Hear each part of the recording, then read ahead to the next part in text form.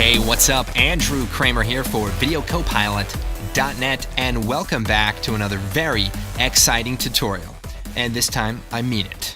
Those previous 140 tutorials, terrible. This one is pretty good. So what we're going to be creating is this cool futuristic light array thing. I don't know what I'm going to call it. I usually make the tutorial and then come up with some name, add like advanced to it, and then people are like, wow, this is great. But anyway, I'm sure this tutorial will be called Advanced Spin Effect, so we'll see.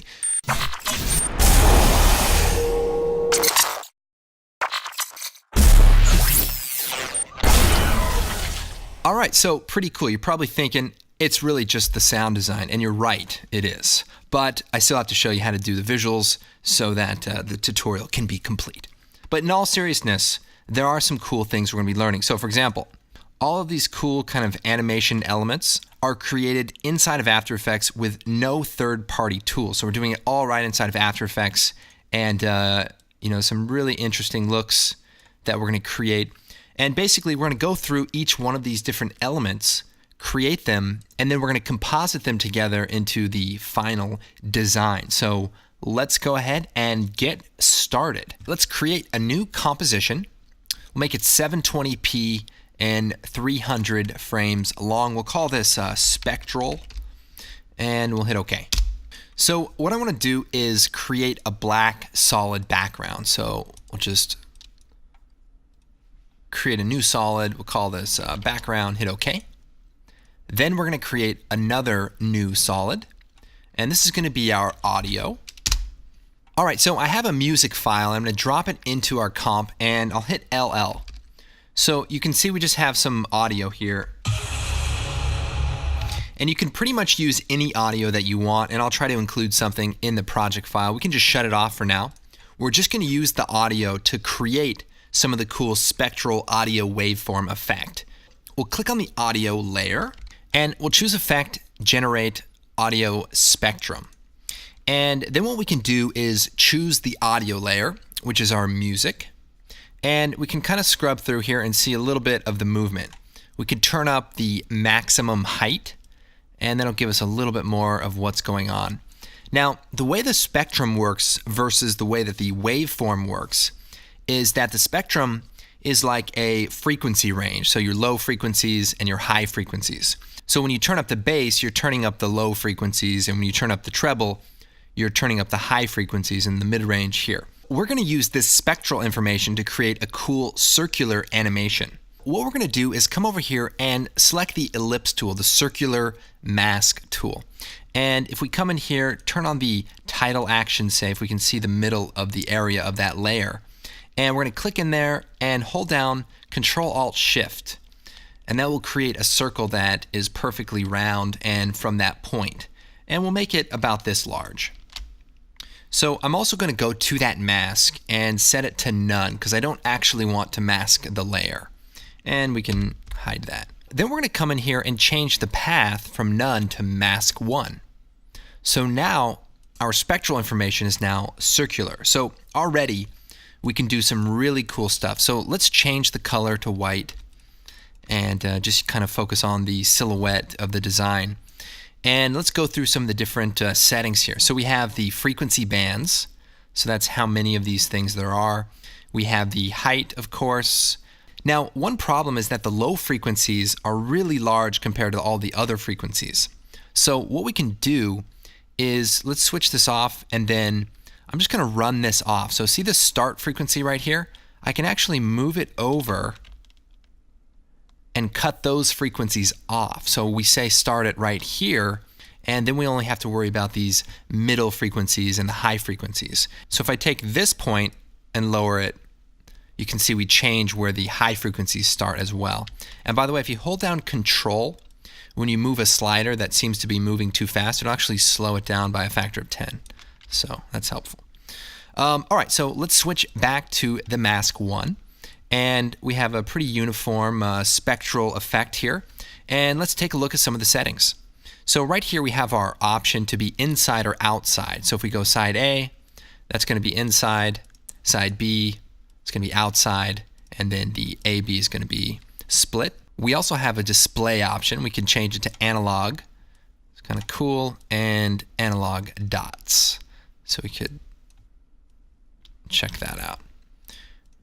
And also if you do A, you only see one line. So you can already kind of see how I did the previous effects. I'm just using multiple copies of this spectral effect. Now, if we preview a little bit of this, just hit preview, you can see that it's pretty fast, it's pretty sporadic. But if we increase the duration, it'll actually sort of average out the movements and somewhat slow it down a little bit. So let's just start throwing together a few different looks here. Let's switch it to B side, so it's on the outside, and let's duplicate the layer. And let's set the transfer mode of both of the layers, so hit F4, and we'll set it to screen. And for the second layer, I'm going to switch it to analog dots, and I'm also going to increase the maximum height. So check this out. See the dots, they sort of run away from the last point. So now we create kind of an interesting effect where all of the dots are just a little bit ahead of the lines. So we could bring that in a touch. We could even take the bottom copy again, duplicate it. Let's put it on top here. And let's switch it to A side and maybe switch it to analog lines. And so now we've got this kind of an effect, which is cool. We can even hit T, lower the opacity of that layer just to create a little separation. And then maybe duplicate that layer again. Maybe switch it to digital and increase the bands on the frequency and then increase the height. We can also hit M and we can select the mask and we can actually rescale the mask. So we could scale the mask down and do some fun stuff that way. So as you can see, it's very experimental. You want to just play around with some different ideas. Let's just leave this one as it is. So this will be one of our mini designs. And then let's go to the project and we'll take our spectral here and we'll hit Control D and then we'll open up that one, Spectral 2. So in this one, let's change it up a little bit and maybe come up with some slightly different settings. So let's just delete the first two there and just try something different. One thing I like to do is let's switch it to analog lines. And let's come over here to the effects, and we're going to add the force motion blur effect. So check this out. We'll drop this on here. It's going to create some motion blur based on the movement of this audio. And we can also take the audio, slide it over. I'm going to come in here and I'm going to play around with some of the settings. So I'm going to bring the frequency of the bands down and maybe take the audio duration down. So as I do that and you hold down Control, you're going to see this sort of ghosting. And the ghosting is basically from the motion blur that we've added. So we can have more steps and that will smooth it out quite a bit.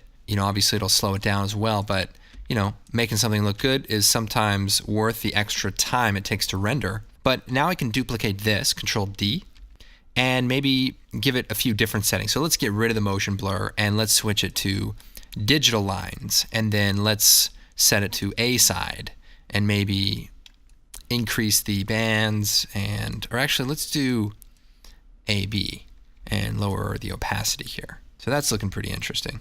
Maybe we'll duplicate it again and let's do some analog dots and let's go to the A side and we'll turn the opacity of it back up, and now we've got this kind of effect. We could even turn up the thickness, which will make the dots a little bit bigger. Turn the softness down. All right, so this looks pretty good. Let's go and move on to creating some of these other spinning effects. So let's create a new comp. Same settings, 1280 and 300 frames long. We'll hit OK. And we're going to create a new solid. And we'll call this background. And we'll create another new solid. And we'll call this lines, and we'll hit OK. What I want to do is, again, take the ellipse tool and draw a circle into the middle of the layer. So we'll come in here, maybe about that large. And we're going to select the layer, uncheck the mask mode, and we'll choose Effect, Generate, Vegas. So it's at the bottom there. Now, what this is going to do is create some cool lines along the mask path. So we'll change it to mask, and there we have all of our little lines. Now, I'm going to bring the segments down, and we can play with the color. We can switch it to white here. We can also rotate this. So Let's add an expression to the rotation. So I'll alt-click on the rotation, and we'll type time star times 150. So that's going to start spinning it. And actually, I want it to spin the other way. So let's do star times negative 150. So we've just got this cool spinning effect. Very straightforward. So now what we can do is set it to screen, duplicate it, Control D, and then, just change the segment amount. So watch this. We could scale the layer down, hit S, scale it down a bit. There we've got a copy. We can make it a little thicker, maybe less, a little more hardness to it. We could duplicate that layer, maybe give it 4 segments, scale it a little bit, and maybe shorten it as well. So what we could do is change the length, and that'll give it a shorter path. So that's cool. So this is the basic idea. Let's create a few more variations. So we'll duplicate that, maybe turn the thickness up here and the length. All right, so this is cool. So this is going to be our spin comp. So we'll call this spin lines, and we'll hit OK. So pretty straightforward. Let's create one more comp. So we're going to create a new comp, and we'll call this random lines, and hit OK. And we can actually take the first 2 lines from this first one and copy it and paste it, just to save a little time. So in this case, we want to do a lot of the same stuff, but have a few more dynamic type of elements. For this first one, let's set the segments to 3, and maybe turn up the width a bit, and turn the hardness up a little bit. And that's cool. Now I want to create another one that just has dots. So what I'll do is duplicate the layer, and we'll hit return, and we'll call this dots. And I'm going to get rid of the Vegas effect. I'm actually going to add a different one called stroke. So we'll come down here, take the generate stroke effect, put it on the layer, and we're going to switch it to masks, which is already on. Great. Then if I solo the layer, I can turn up the brush size, and then I can turn the spacing up really high. So see this? It starts to create little dots. Now I want to use this as my line, but I want it to spin around in a circle. So what I'm going to do is use the layer below it, and then we'll set the track matte to Luma matte. So now we've created a circular effect with just the dots, and we can go into the matte and we can adjust the opacity point and stuff like that, so we can create a nice effect. We can even add additional segments to just give it a little more variation, but we'll use the 1 for now. Then we'll parent this layer to the dots layer, make some more room, and then take both of those layers and scale it down. So we'll just scale it down a bit here. Here we're starting to just add a little bit more variation. And here we just start randomly duplicating layers and stuff. So Control D, let's scale this down here and maybe thin it out a bit. And maybe have like 8 segments. I'll make it 7. Yeah, 7, that's definitely the right one. Let's duplicate that again, and we'll hit M, and we can just scale the mask down. So we'll double click it, hold down Control Shift Alt, scale it down, and maybe do, for this one, let's just do 1 segment. Now I want to create another thicker ring. So what I'm going to do is take the 2 layers that we used the track matte and duplicate both of them. So let's change it to aqua so we can see the difference between these layers, and let's hit Control D. And I'm going to do something a little bit differently. So on this layer, I'm going to make the brush size really large, okay? Now you can see what's happening is when I make it large like that, the spacing is a little bit different. So let's set the track matte to none really quick, and while we align this. So we want to just scale it so it just perfectly fits in that circle. And remember, you can hold Control to get a much finer position. So that's good. Turn up the hardness, and then we'll switch it back to Luma matte. And then we can take this second copy and hit S, and we can scale it down, kind of stick it right in there.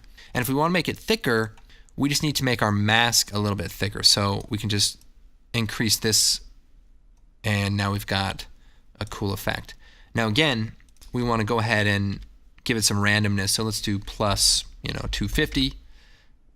Offset the time of those a little bit more. And let's add some more kind of smaller details. So let's see. This one's pretty cool. Let's duplicate this one that just kind of the thinner ones, Control D. And let's reset the layer scale and hit M, mask, and we'll just scale that mask up a bit. There we go. And let's just bring the width of these down. Let's make it nice and thin. And let's do like 6. Shorten them up a bit. And hit S and just bring it a little closer to the other ones there. All right, so this is pretty good. Let's make one more in the middle and maybe scale it down a bit. Just do like maybe 3 and then make it nice and thick here. All right, so very, very scientific process, I know. All right, so now we've got all of these basic effects together. We could probably spend a little bit more time randomizing them a little bit better so that they don't all start at the same time. And then what we want to do is pre-render them out. So instead of having to keep rendering them every time we use them, we're going to pre-render them. So what I'm going to do is come over to the project, take all of these design comps and drop them into a new folder. We'll just call this design elements. And then we'll take these 4 comps and choose composition, add to render queue. So we'll come in here, hit tilde, and click on the output module, hold down the shift and click on the other output module.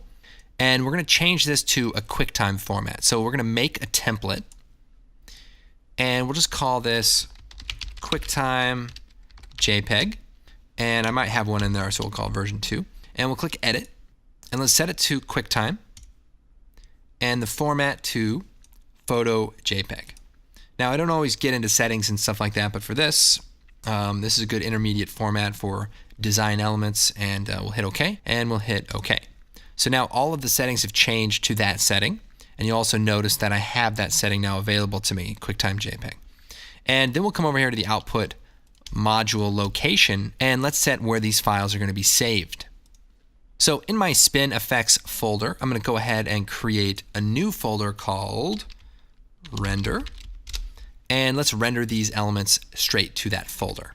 Now just double check that your in and out point is set to a good length. Maybe 300 probably is a good length, but if you're in a rush, maybe you could just do 150 frames or something like that. And then we're going to hit render, and I'll see you guys in a little bit. It'll be instantaneous. And they're done. It's like the microwave on the Bagel Bites commercial, just instantaneous. So I went ahead and rendered out a couple of the other ones that I created, and we're going to import them. So we'll just drag them into the project, and we'll stick them in the design elements folder. So we've got all these different elements. What we can do is create our new composition where we're going to do our sort of design. So we'll just call this design spin out. Now this is where the fun begins, if it hasn't already, which it hasn't. Now in this comp, we're going to bring all of our layers and effects together. But first, I want to actually create the light array that you see in the original example. So it's these sort of 4 round lights. So to create the lighting array, what we're going to do is create a new solid, and we're going to make it white. And we want the width to be 1/4 of the width horizontally of the comp. So for example, I want there to be 4 panels. So we'll do divided by 4, and that's going to give us a value of 320. So then what we can do is set the value of the height, and then what we can do is set the value of the height to 320 as well. So now we have a perfect square. Then we're going to pre-compose this layer. So we'll come down to the very bottom, pre-compose, and we're going to leave all the attributes in the comp. So we're going to call this light shape, hit OK, and then we're going to duplicate it, and we're going to add a fast blur. So we'll choose Effect, Blur, Fast Blur, and we'll hide the other layer here for just a second. And then we'll take the bottom layer and we'll set the track matte to alpha matte. So what this does is creates like a dimming effect around the edges, like maybe a real light panel might. So just a simple little blur, and bam, we increased our production value by like 100 lumens. It's amazing. And now I want to pre-compose this together. So we'll take both layers, choose layer, pre-compose, move all attributes. We'll call this light panel and hit OK. So I've got the one layer here. I'm actually going to open it up and I want to resize the comp. So I'm in the light panel comp. let's go to the comp settings and let's turn this back down to 320 by 320 and hit OK. And that way it's a perfectly square comp. Now, one of the things I want to do is add a little bit of space around the edges. So let's take both layers, hit S, and we'll scale it down a touch. So then we'll close this, come back into the main comp. So now I want to add a little bit of randomness to the brightness. So I'm going to take this, hit T, hold down Alt, click on opacity on the stopwatch, and we're going to type in an expression. So we're going to type wiggle, parentheses, we'll do 5, 50. So what that means is 5 times a second, I want to create a random value between 50. So that's going to see, if we look at our opacity here, it's going to kind of flicker on and off. And that's what we want. So now we want to create our array of 4 light panels. So let's move it over to the left here, duplicate it, Control D, and duplicate it. 4 copies. For anyone interested in precise pixel alignment, we've got a feature here called the Align. So if you go to Window, bring up the Align tool. I'm sure you've never used it ever before in your life, and if you have, well, good for you. What the Align tool does is helps you kind of pixel perfect things. So earlier we made this comp exactly 1/4 the width of our entire comp. So what I'll do is come over to the Align tool and align this one to the left, and it clicks over, perfectly aligning to the left. Then I'll take this one and align it to the right, and I get perfectly alignment. So by the way, just to show you that, bam, and then right in the middle.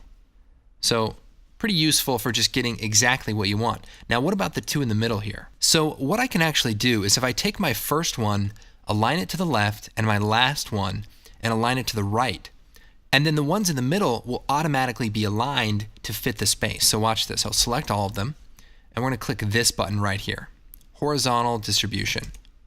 All right, that was a little hard to see, so let's offset a few of these, and then we'll select all 4 and click horizontal distribution. Bam.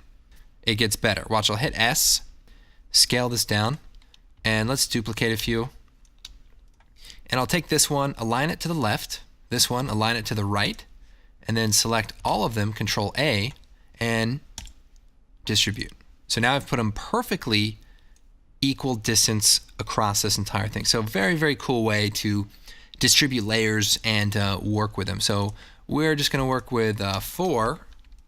So let's reset this, and we'll put one over to the left, one to the right, and then select them all and distribute perfectly. So this is our basic light panel setup. So now let's take all 4 layers, choose layer, pre-compose, and we'll call this panel. And then we're going to come over to the effects and type in polar coordinates, drop that onto our layer, set it to rectangle to polar, and turn up the interpolation. Whoa, what just happened? All right, so now we've got this sort of circular light panel. Now, because of the way we set this up, we can actually edit it and get it to look the way we want. So let's jump inside to the pre-comp, and let's play around with the shape of the light panel. So if we go inside of the actual shape here, we can maybe take the rounded rectangle tool and maybe create sort of a thinner one. And if you wheel on your mouse, you can actually make the bevel a little smaller. There we go. Center this a bit. So now if we go inside of this comp, everything looks good, and we go inside the panel, and that looks good, and then the final design, here we go. So maybe we want a little less space. So let's go into the light panel comp, and let's scale this up a bit. And we'll go to the output. So because we set that up perfectly mathematically to the width of the comp, it's going to create perfect even spaces for this light panel. Now, if we want to animate this, what we could do is use the distort transform effect and take the rotation, hold down Alt, and type time times maybe 50. And that will basically create a nice spinning effect. Let's do like time times 150. Okay, so we have our animated life raft. Perfect. All right, let's go and take some of our pre-rendered elements and drop them into our comp. So we'll bring this one out, set the transfer mode to screen, and let's take the spin lines, bring that out, screen that as well. And maybe the random lines, let's bring that out and set it to screen. So let's just take a look at one of these at a time. So the random lines, let's scale this down a bit, kind of put it inside. Now I think our light panels need to be squished down a little bit. So I'll go to the light shape and just shrink it down. All right, that's a little bit better. So random lines, we want to fit that right inside. And then we'll take the spectral and maybe scale it just to the outside of the ring. Maybe I'll shrink that down a little bit more too. It's pretty subjective. If I made this tutorial again, it would probably come out completely different. So feel free to experiment, play with stuff. If you don't like what I'm doing, just leave a really nasty comment. I mean, just do what you want to do. Here's this other layer, the spin lines. Let's scale this down a bit. Really small. So there we go. By the way, full resolution looks pretty good as well. So let's just kind of take a look at the animation, just kind of see how it looks with everything together.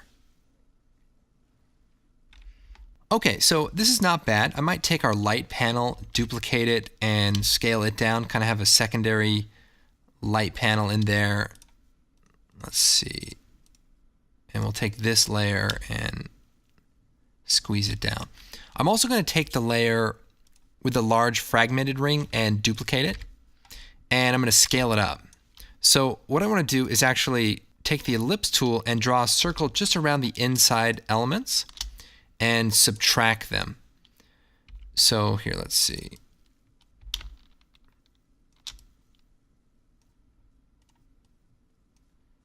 So this way we just have the outside area. Then we're going to choose blur, CC radial blur, and we'll set it to fading zoom and then increase the value. All right, let's put this below all of our different layers. Okay, so that looks pretty cool. I might even take the first spectral effect and lower the opacity just a touch. Let's see here, let's add a little bit of color. Let's create a new adjustment layer. And we'll choose Effect, Color Correction, Curves. And because we've designed everything on a black background, we can actually go in and start playing around with the color. So we'll bring the red channel down, the blue channel up.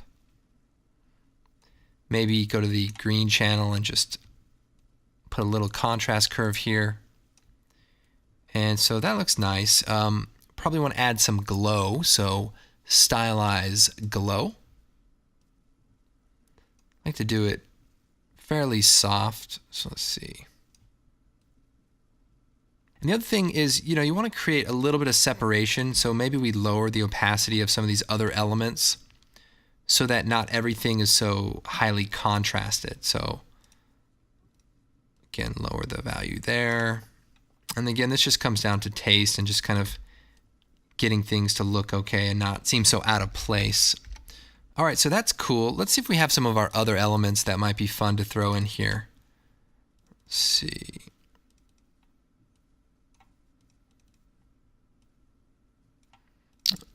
All right, this spec B one could be fun. Let's take this, drop it in here, set it to screen, and let's put it inside and offset the time so we kind of create this sort of electrical disturbance.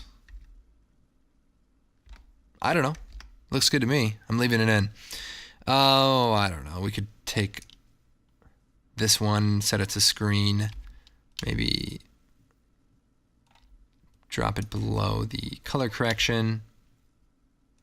We can even do a thing like add curves or contrast to this layer. So for example, if we add contrast, it'll just kind of leave just the dots, which could be cool. Nice. And then the other thing we might want to do is add some different colorization. So if we come down here to the second light panel, let's say we want to give it like a red color. So let's take it outside of the adjustment layer. Remember, this adjustment layer has our color correction on it. And a couple of things that we need to do because we don't have a black background. Well, what we could do is just come inside here and create one. So new, solid, black, and we'll put it down here below. That's easy enough. So what I'm going to do now is choose Effect, Color Correction, Curves, and we're going to have a red tint. So we'll turn up the red, bring the blue down, and green down a little bit. And let's set this to screen. There we go. And then we want to add like a nice bright glow. So we'll choose Stylize Glow, and we'll crank this up. Now, another thing we could do besides the curves is we could try to just do a tint effect and just tint it red. And then we can just boost the glow. So that actually looks a little bit better. Sorry to waste your time there.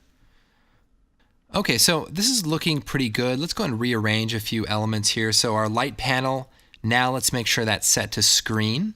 All right, so this is looking pretty good for the base animation. And the next part is essentially animating it on in an interesting way. So what I'm gonna do is create another adjustment layer, and I wanna add an effect called bulge. And what this is gonna allow us to do is create a cool kind of distortion or deform. So we'll scale this shape area up a bit. And here you can see as I change the height of the bulge, it stretches out this sort of inner area. Now I'm going to scale this down a bit. And now you can kind of see what happens when this gets bulged out. So what we'll do is we'll animate the bulge from the start, and we'll set a keyframe, hit U,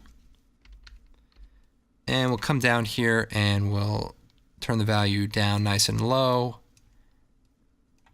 and then back up to 0.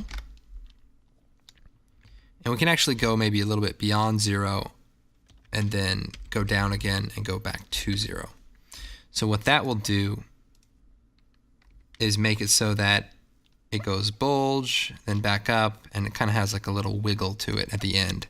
So let's hit F9. All right, and let's move this over and maybe shift it over in time a bit. Space these keyframes out a little bit, and we create the nice bulge effect. Now, as far as animating this on and sort of in an interesting flickering pattern, if we take a look at the original example, basically what is happening is we're just sort of turning on layers on and off and creating, this randomness as if it's powering up or something like that. And the reality is this just takes a little bit of time. It just takes a little bit of turning things on and off, keyframing a few layers. There's definitely a lot of room to be creative and to play around with all these different effects, and hopefully you guys can come up with some cool stuff. I think another thing that does help, as it does help promote the website, which is using some lens flares. So we've got a plugin called Optical Flares where we can add some nice flashes of light. So let's jump into the options and load one of the lens flare presets. Now, if you search the blog for the conspiracy presets, we just created some additional lens flare presets, and they're pretty nice looking. So let's open up one and let's set the transfer mode to screen and maybe just stick it right in the middle there. So if we go to frame 1, we could set a keyframe, turn the brightness down to 0. We'll move forward, set it to like 100, down to maybe 50, and then down to 0. So we get like a nice flash, and then maybe move forward and do one more large flash. So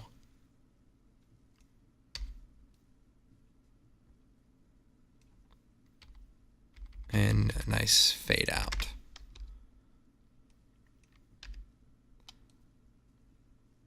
There we go. Maybe give it a little more blue. It's easily tinted a bit. Now, of course, this is optional. It's not necessary, just a nice little touch to spice it up a bit. Of course, you can get optical flares from videocopilot.net, one of our great products. And recently we came out with a new model pack for Element 3D called Jet Strike.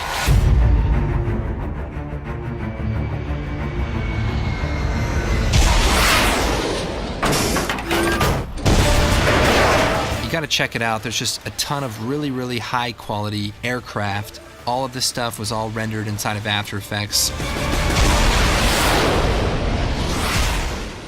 You can check out all the animations and all the different stuff that comes with the product. We also have a separate product called Flight Kit that includes some other cool things like aerial explosions, some sky maps, 200 aircraft sounds, as well as a nice heat distortion plugin. So definitely check that out. Again, thank you guys for watching. My name is Andrew Kramer, and we will see you next time.